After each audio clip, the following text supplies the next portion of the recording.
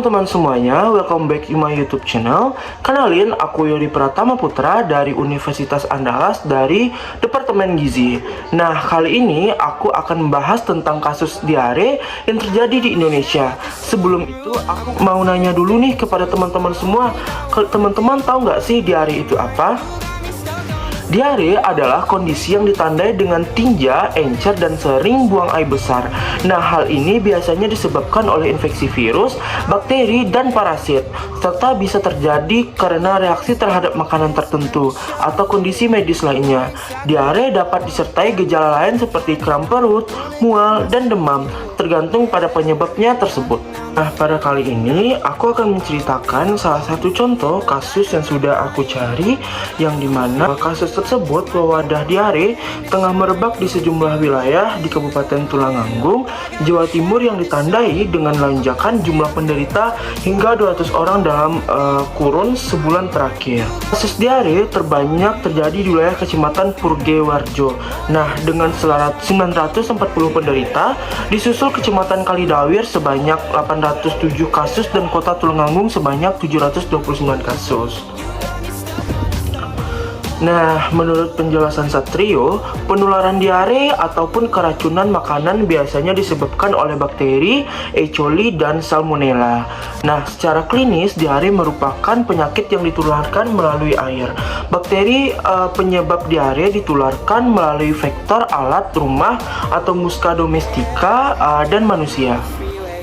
Nah, gejala penyakit tersebut biasanya pasien mengalami intensitas buang air besar yang berlebihan.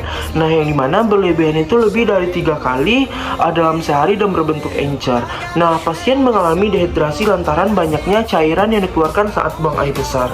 Nah, untuk penanganannya, yang pertama, terkena diare pasien diberikan Oralit. Lalu untuk pengobatan pasien diberikan tablet Zins, obat anti diare, dan antibiotika anti diare yang diberikan secara gratis. Nah, apa sih hubungannya dengan ilmu gizi? Nah, teman-teman, hal ini tentunya berhubungan dengan ilmu gizi karena kurangnya perhatiannya masyarakat pada makanan yang dimakan dan pola hidup yang sehat atau kurang bersih, sehingga serangga seperti lalat dapat hinggap pada makanan. Nah, untuk itu kita sebagai masyarakat, apa sih yang harus kita lakukan untuk pencegahan tersebut?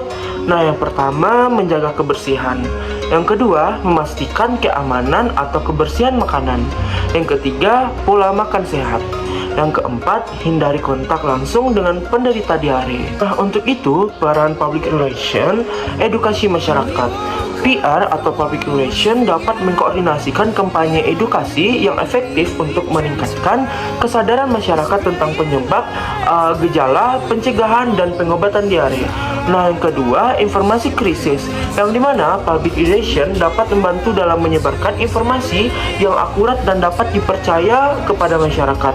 Yang ketiga, dukungan komunitas, yang dimana melalui kerjasama dengan organisasi dan komunitas kesehatan, public relation atau PR dapat membantu dalam menyediakan sumber daya, informasi, dan dukungan yang diperlukan untuk masyarakat yang terkena dampak penyakit diare tersebut. Selanjutnya, solusi dari pihak public relation. Nah, untuk itu, kampanye kesadaran. Nah, yang dimana kampanye kesadaran tersebut mengembangkan kampanye kesadaran yang luas untuk memberikan informasi yang tepat dan terperinci tentang pencegahan diare. Yang kedua, dukungan pasca penanganan, yang dimana menyusun program dukungan dengan pasca penanganan diare yang mencakup pemulihan gizi. Yang ketiga, tanganan krisis, yang dimana menyiapkan rencana rencana tanggapan krisis yang efektif untuk menghadapi wabah atau kejadian diare yang signifikan. Nah, untuk itu teman-teman, jangan lupa ya teman-teman untuk menghindari hal tersebut. Jangan lupa untuk selalu menjaga kesehatan, baik itu makanan dan hal-hal lainnya juga. Diperhatikan ya teman-teman supaya tidak terjadi hal-hal yang tidak kita inginkan terhadap diri kita. Nah, untuk itu saya akhiri. Saya Yodi Pratama Putra. Mohon maaf atas segala kesalahannya. Assalamualaikum warahmatullahi wabarakatuh.